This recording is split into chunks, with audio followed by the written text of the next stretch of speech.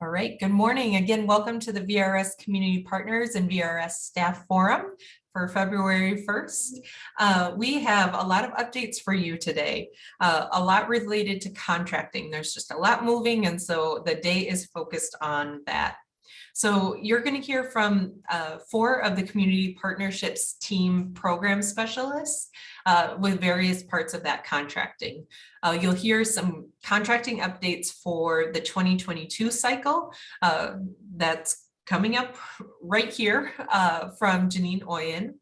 And then we've got some updates on that state COVID vaccination and testing policy for PT contract holders.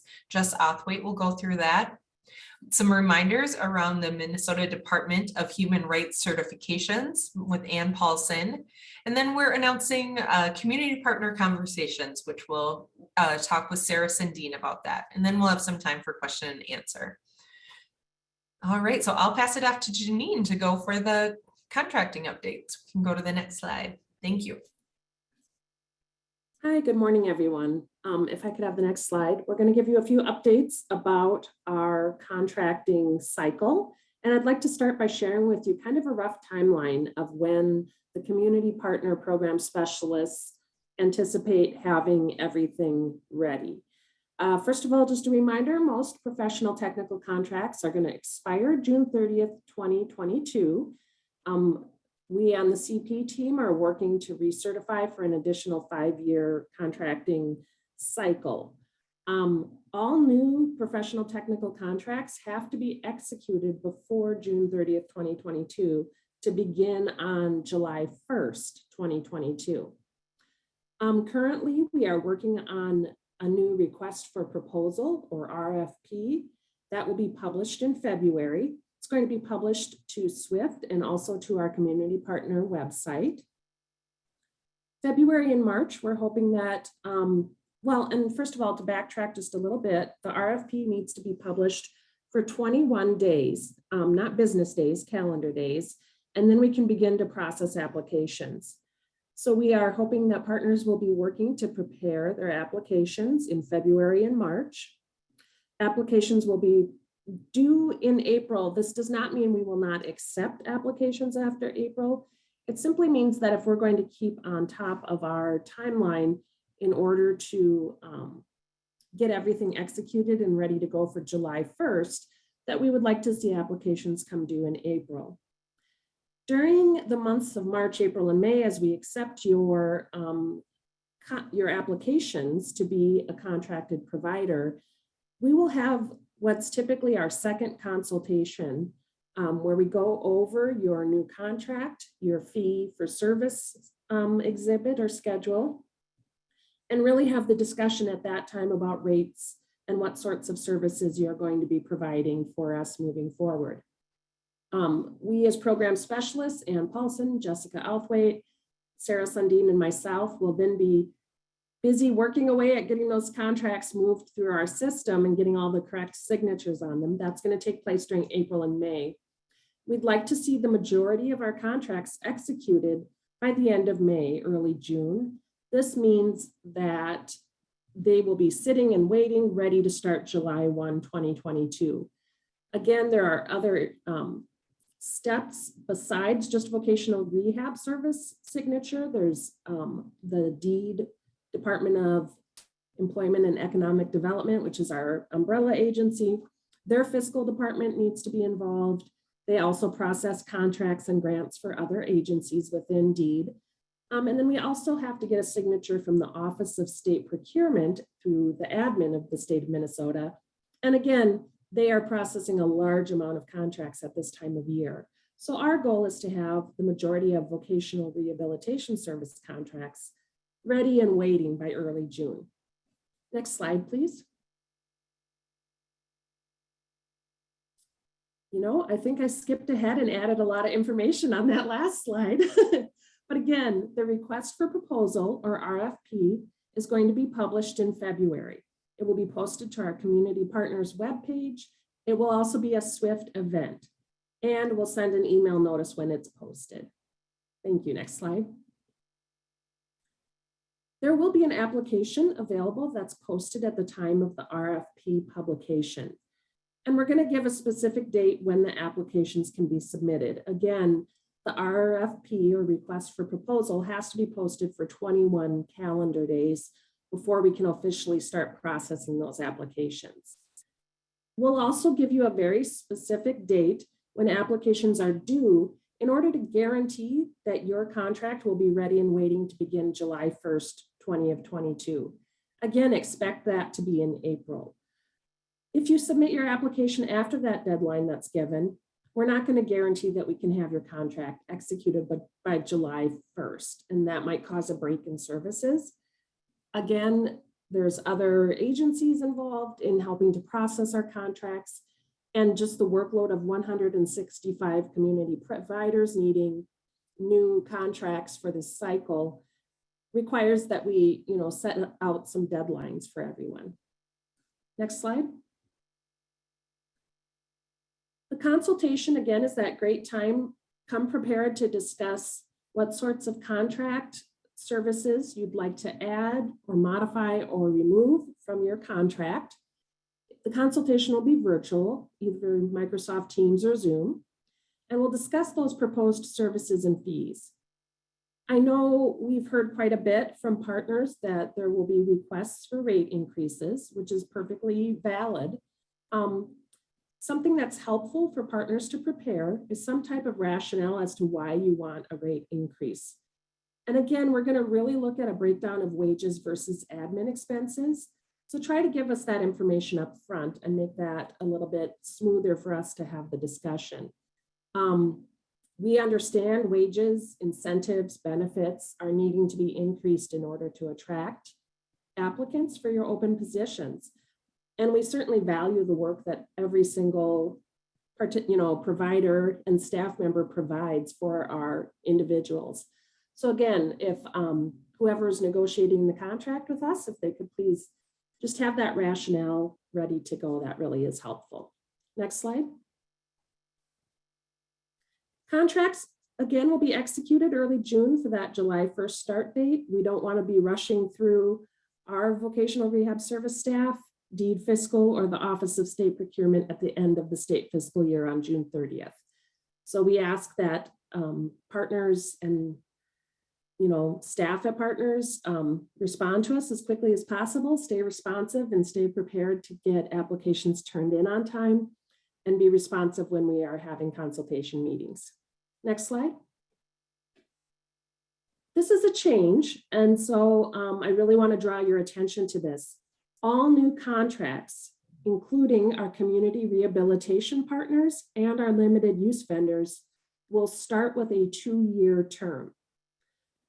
This is part of kind of an overall mandate from our federal funder that's asking us to look at contract oversight a little more closely. And so having a 5-year contract doesn't allow for that check-in point where we can really do some of that quality assurance for our contracted service providers. So again, all new contracts, CRPs and LUVs will be on a 2-year term, starting July 1, 2022, ending June 30th, 2024. For CRPs or community rehabilitation partners who are CarF accredited, when we reach that point of June 30th, 2024, there will be an option to extend the contract each year up to that additional 3 years total after the first term. For limited use vendors, it stays the same where we create a new contract for another 2 years. But again, just pay attention to that. That's your first contract, whether you are a CRP or an LUV, is going to be on a 2-year term. Next slide. There's going to be some changes to our application, some small tweaks, but a very large change that our team has added is some questions and attestation around diversity, equity, and inclusion. The state of Minnesota, our deed leadership and admin, and our leadership here at Vocational Rehab Services are all really focused on a deeper commitment to advancing diversity, equity, and inclusion within our work. Part of that includes having service providers that either match the lived experiences of all the individuals we serve or have put in a lot of time and effort to be culturally informed and ready and affirming to provide those services to the individuals that we all work with. So the new application for a professional technical contract with VRS is going to include a section of questions related to your agency's commitment to diversity, equity, and inclusion. The main question or attestation that needs to be answered is if your partner agency is committed to staff training practices that result in providing services that are culturally informed, affirming, and appropriate to the served individual's lived experience. This does not just refer to race, it refers to gender, expression and identity, it refers to sexual orientation, and any other of those protected class type, pieces of information, disability, etc. So again, that attestation is something we are asking for up front. And we'll also have language in our RFP and contract that reflect that as being a core value of the type of services we'd like to see provided to individuals. We also want to help advertise your agency's diverse backgrounds and skills to help our individuals make a really fully informed choice of who they want to work with. So there will be a space for you to add information about second language skills amongst your staff, or perhaps trainings or lived experiences that really can support, the unique challenges that certain job seekers face. For example, there's a lot of challenges that face transgender employees in the workplace. And so if you have someone that has a lot of background or knowledge about the legal protections, the different accommodations that are appropriate, et cetera, feel free to share that with us on the application. It's not going to be hosted on any sort of database that has to be updated. It's more about us as contract liaisons wanting to really advertise those unique skills and backgrounds out to the field staff, out to all vocational rehab services, so that that can be passed on to the individuals we serve. Next slide. Any current amendment requests for your current contracts between today, this meeting, and June 30th are going to now be considered on a case-by-case basis. So just a reminder, if you really still need an amendment between now and the end of your contract, the program specialists on our team, the contract liaisons, are going to consider the short-term necessity of that amendment. Is it something that is necessary, like for example, a budget increase between now and the end of your current contract term? Yes, that would be considered necessary. If it's a small tweak to services or rates, we might consider that it's not going to be that necessary. But again, just go ahead and check in with your contract liaison if you have questions about any current amendment requests that your agency might make. Thank you.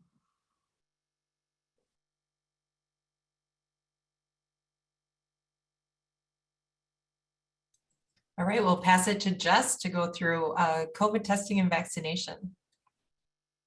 Perfect. Good morning, everyone. As you know, VRS has rolled out communication about Minnesota's state COVID testing and vaccination policy in September. The state issued the state policy number 1446 in September of 2021 to respond to the challenges created by the COVID-19 pandemic. State policy number 1446 intended to ensure the safety of state staff, community partner staff, and the people we serve. We'll go on to the next slide. Oh, you did it just as I said it.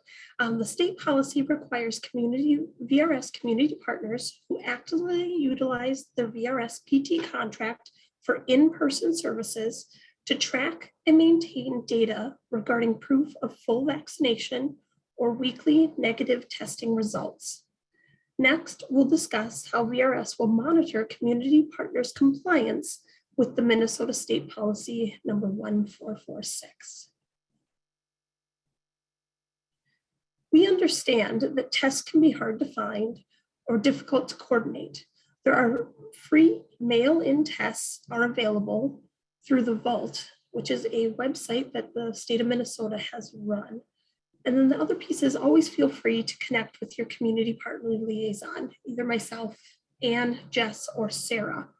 And I'm going to ask one of my team members to throw the link to the MailIn testing site into the chat.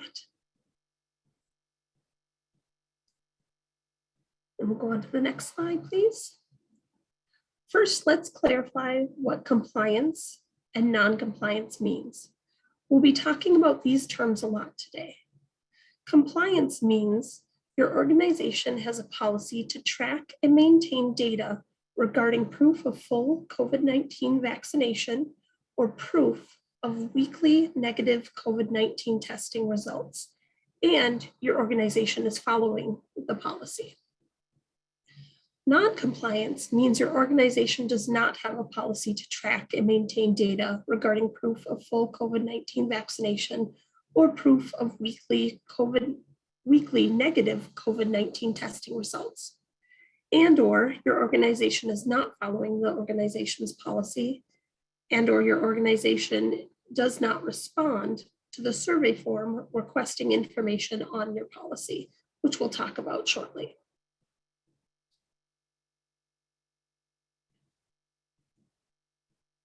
Here's how we will monitor community partners for compliance and non-compliance with policy number 1446. Our first step will be communication. We know our partners are working hard on building policies and procedures that comply with the state's vaccination and testing policy, and that VRS ensuring compliance is new. So in the month of February, we plan to communicate to our partners. The next step will be to do an initial trial run of collecting information. We want to test the survey tool, which will be a Microsoft form, and we want to be able to provide technical assistance if you have barriers to complying. We'll do that through a survey, and I already said that, I'm sorry. On March 1st, all community partners will receive an email with the link to the Microsoft form. The deadline to complete the form will be March 15th. We will use the end of March to follow up with community partners that are not in compliance. And then our final step will be the actual data collection in April. I'm sorry, my notes here are moving around on me. The next step will be to collect information in April. On April 1st, the same Microsoft data collection form will be sent out to all community partners again. The deadline to complete this form will again be the 15th. And after April 15th, VRS will initiate the process to discontinue new authorizations to the community partners and/or cancel current authorizations due to non-compliance with the policy. Move on to the next slide. I apologize. Here's what you can expect on the survey when you receive it. It will be a Microsoft form emailed to all community partners. Here are the questions that community partners will be required to answer. Are any of your staff providing in-person services to individuals through a VRS SSB contracted service? Does your organization have a policy in place to track and maintain data regarding proof of full COVID-19 vaccination or proof of weekly negative COVID-19 testing results for employees serving individuals through a VRS or SSB contracted service? Is your organization following your organization's policy to track and maintain data regarding proof of COVID-19 vaccination or proof of weekly negative COVID-19 testing results for employees serving individuals through a VRS or SSB contracted service? If no, do you have plans to get into compliance? If you have a plan to get into compliance, please share details of what steps you are taking to comply and what your timeline to achieve this is. If an organization is not in compliance as of April 15th, additional actions will follow.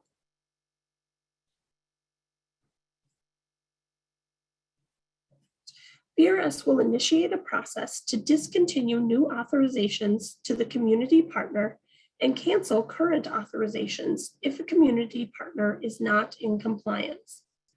VRS will consider canceling a current contract if a community partner is not in compliance, but may simply let them expire with no new authorizations prior to June 30th. VRS will not award a new PT contract starting July 1st, 2022 to a community partner if they are not in compliance. Again, non-compliance means your organization does not have a policy to track and maintain data regarding proof of vaccination and weekly negative COVID tests, or your organization is not following that policy, or your organization does not respond to the survey requesting information about your organization's policy. Starting April 15th, VRS staff will work to begin stopping new authorizations to community partners that are not in compliance. If a community partner comes into compliance, new authorizations can begin again. If VRS staff, you'll receive additional information about the VRS internal process to accomplish this in the coming weeks. Starting April 15th, VRS staff will send a notification to a community partner out of compliance to cancel current authorizations. Authorizations will end 30 days after this notification is sent. VRS community partners will have 90 days from the end of the authorization to invoice for all services rendered. If a community partner comes into compliance, new authorizations can begin again. And VRS staff, you'll receive additional information about our internal process in accomplishing in the next coming weeks. And then from there, I'm going to go ahead and hand it off to Ann Paulson to talk about some MDHR forms.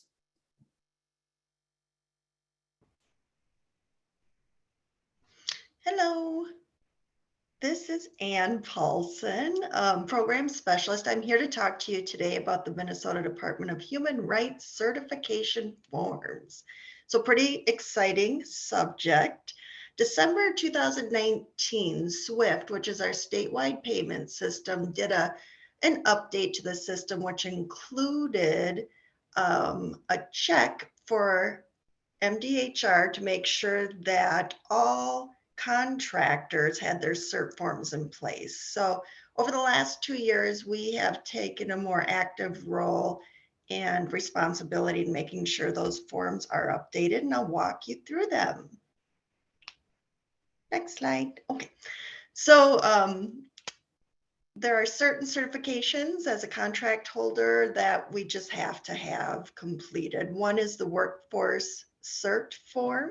So a community partner that has 40 or more employees and whose contract will exceed $100,000 will need that on file. And then the equal pay cert form is for a partner who will exceed $500,000 during the life of the contract. There are many organizations that would be exempt from one or both of these forms. The cert forms still need to be completed and acknowledge that the organization is exempt from them. What we will do is we will gather these two forms or necessary forms when we're working with a partner to develop a new contract as part of the application process. We will then send it to Deed Fiscal, who will also help us monitor them and send them to the Minnesota Department of Human Rights. If we don't have these on file, next slide, please. What happens, unfortunately, is SWIFT will not allow us to generate any authorizations. We also can't make any payments. SWIFT will also not allow us to enter into new contracts or update any contract amendments. This simply will interrupt services for the individuals that we're all serving. So we're really looking at ways we can make it as seamless as possible. And one is asking our partners to take some responsibility, making sure you're tracking that expiration date on the forms. when it needs to be renewed. It would be wonderful if we're all in communication on that. And we recognize that we've been doing it for a couple of years, and we're communicating with MDHR as well, and to see if we can make sure we're ahead of that as much as possible. And next slide, please. That's your last slide, Ann. Oh, that's it. Well, that was relatively easy for for a big project. Just once again, just watch the expiration dates. If you need the forms, all specialists have access to them, and we'll get them to you as soon as possible. You may get some communication from us that is a high alert that they need to be completed and submitted to us as soon as possible. And once again, it's just a reflection of the system in place with SWIFT, and we wouldn't be able to enter into any contracts or authorize or pay for services until they're completed and updated. And thank you. All right, I get to wrap up our updates. I think I got the lucky straw because mine I think is really fun and less about compliance, but more about what we want to do to support you, our community partners. Again, my name is Sarah Sundin, and I am one of the program specialists on the community partnership team. And we know that the last 21 months have been really challenging with lots of changes, and both in the community, the rehab community, and within Voc Rehab Services. And as we've expanded our team, our community partnerships team, we want to expand our support to you, our community partners. So we are going to launch what we are calling the Community Partners Conversations. So what is Community Partners Conversations? We envision this to be a monthly office hour available to you, our community partners. So each month we plan to have a mini training topic and then ample time for questions and answers and discussion time. Our goal is to provide a regular time for our partners who have questions about services or processes. And we hope that by holding regular office hours, we will continue to build a stronger community partner relationships where you can share resources, best practices, and support each other. We feel this will be a real benefit to both our long-term established partners and our brand new partners coming together and having an opportunity to gather and talk about really wherever you're going to lead our discussion.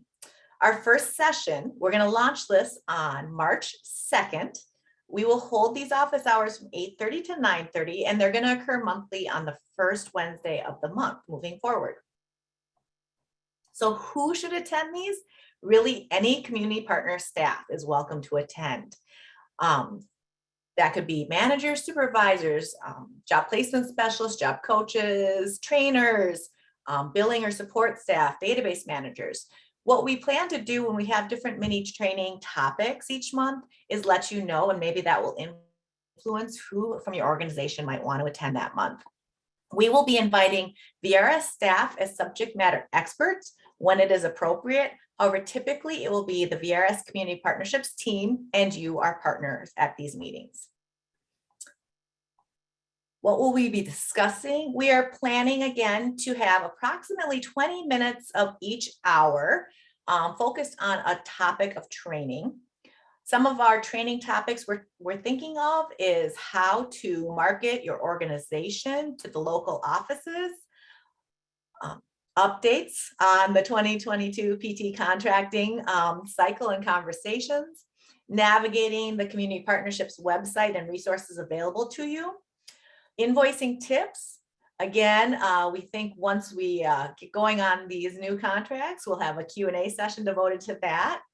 Report writing tips and Workforce One access. So those are just a few of the things that our team has brainstormed so far. But as we get going, we're going to definitely want the feedback from you, our partners, on what topics are important. We also track trends that we see in meetings that we attend with you. So that will also drive the agendas. But again, we're just really excited that we're going to try to launch something new to provide more support to you. You don't have to attend every month. It's just an open office hour, and we will be sending out more information soon. So with that, I'm going to pass it to you, Kim. Excellent. Thanks, Sarah. I just need to spotlight myself. All right, there we go. So that is the content that we have for you, and we wanted to provide lots of time for question and answers. I know sometimes we have so much presentation that we don't have time for questions and answers. So we've got lots of time today, all the way till noon. So a few things to think about. In the form, we want to hear what your questions and concerns, and also like, how is that going to work, or how is that going to work, about the contracting process for 2022, what looks like there could be barriers there. What are you concerned about, if any? Then thinking about the COVID vaccination and testing policy and that rollout, how that comes together. And I will also mention, we'll start the formal communication in that data collection in March, but you have all of February to reach out to your contract liaison to be able to ask questions and discuss and make sure that you are getting into compliance if you're not already. And then also in the form, we have some questions just as we prepare services and rates and being able to negotiate contracts and look at how we are putting those contracts together. We have a few questions in the form to consider. And you don't have to finish it today. If it's something that you want to work on, this form will stay open for a little while. So some of the things that we're interested in hearing from a broad group, and we've talked with our community partners committee about this, but we want to know, what services do you have trouble staffing for? Obviously, we know that staffing shortages and staff turnover have been an issue with your organizations for a long time.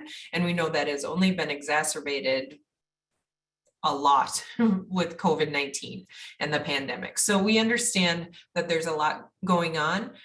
We're wondering if there are some services that are harder to staff for than others. We're wondering what those are. And then also, what contracted services are unclear or confusing? So we're doing a lot of work to make sure that we have good definitions and requirements all laid out for all of our services. And we've made some progress on that over the last couple of years, and we are doing that again. So we want to make sure that we, as we put those together, if there's some that are particularly tough for your organization to wrap their heads around, or if you have back and forth with VRS staff, or if VRS staff, you have back and forth with community partner staff about what a service actually is, then put that in there and we'll make sure that we are addressing it. There's some that we're doing a deeper dive into, some services, so we'll be rolling those out. We'll also be sharing, some definitions we'll put out, and they are not too complicated. They're more what most people understand as service to be. They're more straightforward, is what I'm trying to say. So the form link has been shared in the chat a couple times. I will also note, actually, Sarah, before you stop screen sharing, let's do the next couple slides so I explain it so people see it as they go through. So we also have been remiss in asking for your feedback on these forums. We've been doing them for a little over a year now, and we want to know how they're going. Are they helpful? What would be more helpful? What kind of information would be good to hear, and who would be good to hear from? We also want to know what's helpful, what else we can be doing. And then of course, things are always changing, especially with virtual platforms and Zoom. If there's anything around accessibility that would make it easier for you to access the information or connect with the information or the presentation, please let us know, because we don't know what we don't know, and we want to always be improving that. So I think we can stop sharing the screen right now and we'll dive into some questions. And as always, we may not have all the answers today, but we will follow up on those that we don't and make sure that you have the information you need. So we are gonna, let's start with the COVID vaccination and testing policy questions. So what is considered fully vaccinated? Does this include the requirement of a booster? What is a vaccinated person? And the state of Minnesota policy was written last fall, and that was before boosters had been rolled out widely. And the state of Minnesota has not updated their policy. So right now it considers the 2-dose regimen of Moderna and Pfizer and the 1-dose regimen of Johnson & Johnson. We've heard nothing about the state of Minnesota updating that policy. They could at some point. We would give you then time to adjust your policies and get that implemented if that ever came down the pike. Of course, what we're asking each organization to do, each community partner, is to create your own policy. So if you want to go above and beyond what the state of Minnesota policy does, you're more than welcome to do that. If you want to define for your staff that it requires a booster, that's up to you, and that would be completely fine. So the state of Minnesota policy with the two shots of Moderna or Pfizer and the 1 of Johnson & Johnson is the minimum, and you can go beyond that if you would like. Another question kind of similar to that is that bare minimum piece is, do the weekly tests have to be PCR or antigen tests? Can they be at home? Do they have to be at a testing site?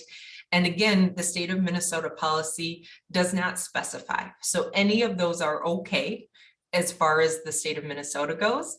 But again, that's the bare minimum. If your organization wants to go above and beyond based on whatever information and you're reading in the news or hearing about, you can require that it's a different type of test. That's up to you as an organization. So the question that I don't have an exact answer for, but I'll say it now and make sure, and anyone on the team has the answer, they can jump in, but we'll get clarification and get back to you, is it went away. Oh yeah, we have a staff that had COVID and asked about getting quick weekly tests after recovery, and Janine, do you want to jump in? Yes, Kim, sorry. I've had this question come up before from some of our providers, and so did do a little bit of a dive into the answer. So I can answer that question. Perfect, thank you. The question is, if someone has had COVID and is done quarantining, non-symptomatic, ready to be back to work, I'm assuming those things are all true, but that's not what the exact question was. They would still be testing positive on weekly COVID tests. And so, may have a note from a doctor saying, hey, this is going to happen for some time.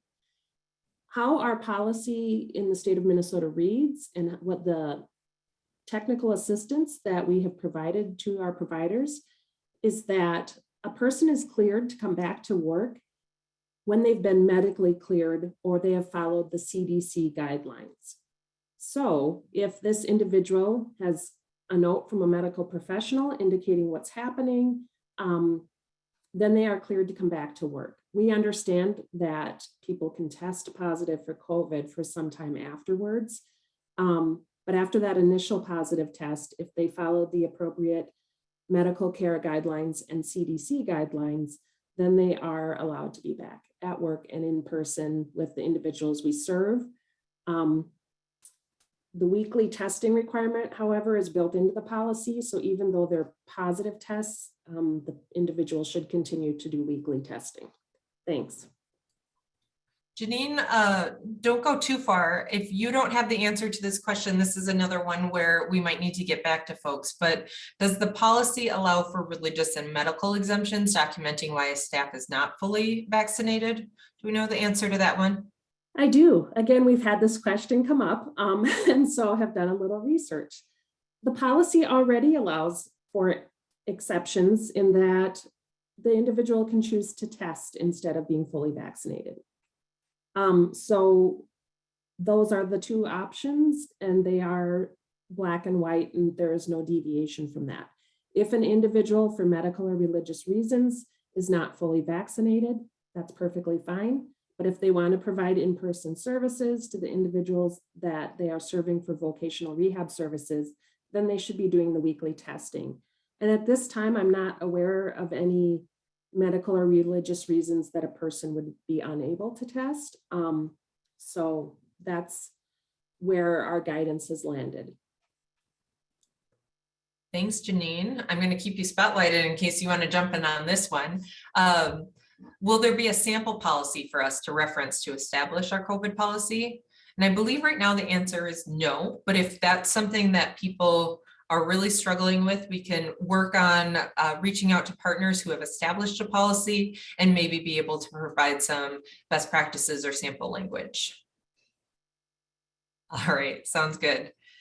All right, so let's switch gears a little bit. Feel free to keep putting questions in if you have more questions on that. Moving to the Minnesota Department of Human Rights forms, those MDHR forms. How often do providers need to update those forms? Generally, we understand that those are on a 4-year basis, or the length of the contract. So it might be if you're a limited use vendor and have a 2-year contract, it may have only gone the life of the contract, and that you'll need a new one when you do a new contract. And sometimes it's that 4 years. And so that's why we've been running into some issues with people, community partners,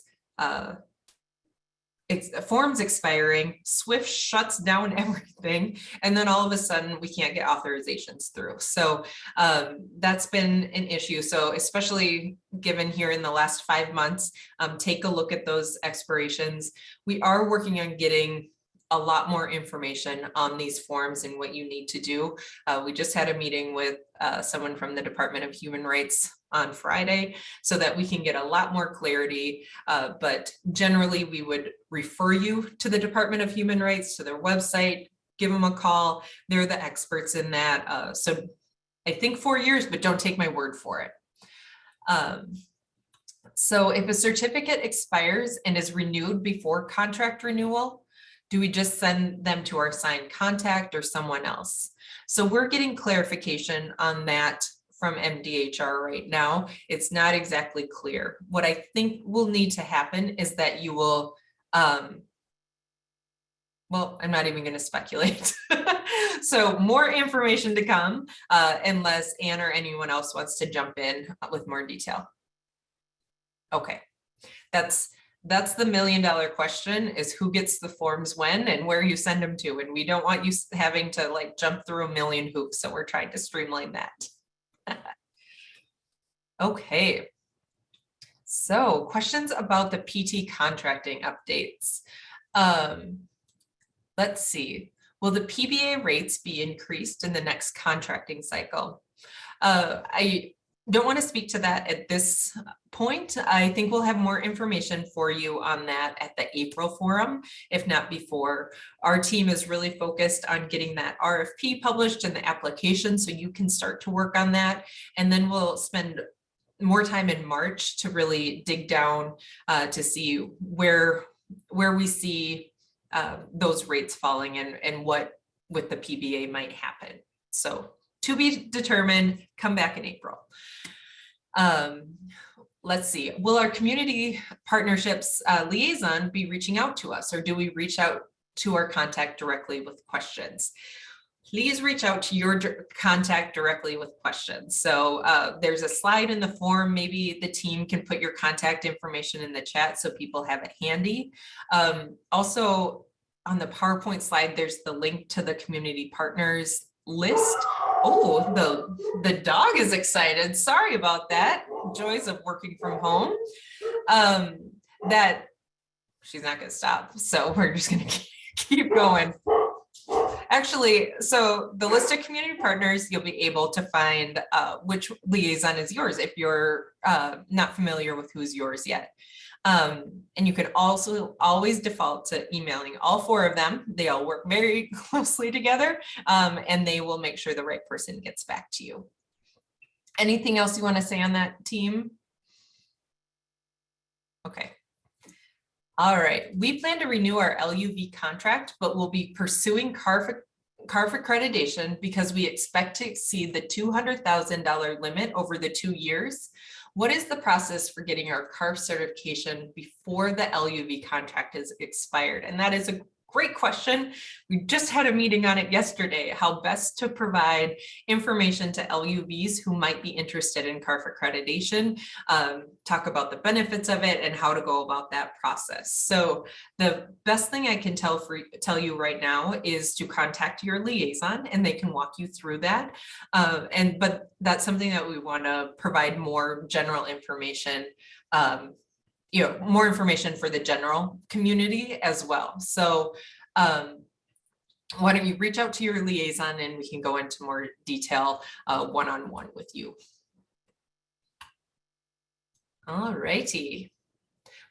Please keep sending in questions. There's not too many, so we've got time for more, so please throw them in.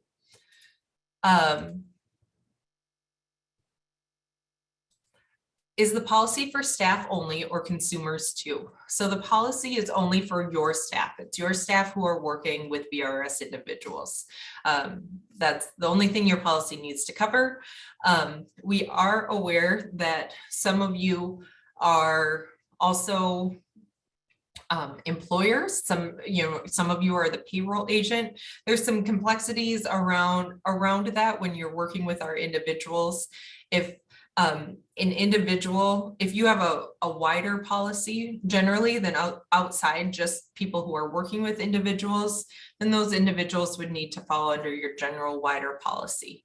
But for the purposes of this requirement, this state policy, it is just your staff who are working with individuals. Clarification, if staff are fully vaccinated, do they need to be weekly tested? No, it's one or the other. So if they're vaccinated, don't have to worry about the weekly testing. If they do not want to become vaccinated or are not yet vaccinated, then the weekly testing kicks in. All right. There is another question about the MDHR certificates. This is a new area to me. How can we follow up and who is the best contact to reach out to about these certificates? So again, we know it's new and it's actually they've been required for a while now, but the new thing came in 2019 when Shift will shut things down if there is not a current form. So that's when things got real. So if you have questions, we understand you probably do. Why don't you reach out to your contract liaison? So Ann, Jess, Sarah, and Janine. We might point you to Department of Human Rights. It might be questions that only they can answer, or because we don't want to get out of our depth. We don't want to give you incorrect information. There, MDHR really owns that process. So we can answer some questions about our process and how it works with us, but we might send you to Department of Human Rights as well. So reach out to Ann, Jess, Sarah, and Janine. Okay, I'm kind of bopping around because now the questions are coming in all over instead of being in a group. So I'm going to go back to the COVID testing piece. So remind me, does the policy refer just to in-person services? If a staff person is conducting services fully virtually, no in person, then do they need to comply with the policy? So it only applies to in-person services. If an individual, one of your employees is having in-person services with an individual, a VRS individual. So if they're conducting only virtual, they don't need to comply with the policy. Question about with this policy, will VRS begin meeting in person soon? The two are not connected. The question about when VRS will be in person is related to state of Minnesota employee regulations about what we can and can't do as employees. There's a lot of deed work that's being done at the deed level about when that might take place. So as we move to that, when we move to that, we'll do lots of communication with you so you know what staff are doing, but the two are not connected. All righty. let's see. People, please send in other questions. I think we might be wrapping up, so we'll talk here for a little while. And please keep sending them in here since we have a few minutes left, or we've got plenty of time. So we'll just hang out for a little while and let you submit more questions. I will just kind of read back to you what we're hearing to prompt you to help with other topics that would be helpful to address at the new community partners conversations, Workforce One access, pre-ETs, lots of things around pre-ETs. One person said they like the proposed topic, so if there's other things that you would like just a little bit of extra information on, let us know.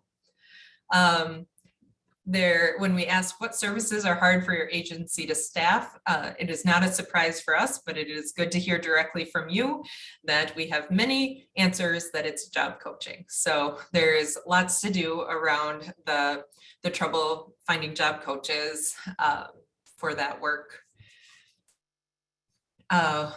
What contracted services are unclear and confusing? There's some questions around an on-the-job work and training option. And that's one of the things that we've got a work group working on digging into, those on-the-job work and training options, so that it's really clear what those are on the new contract and what the requirements are when staff might use them in one situation versus another. So more to come on that. Let's see. Okay. And there was another comment on the job work and training options that that there's more work to do on there. So thank you for that comment.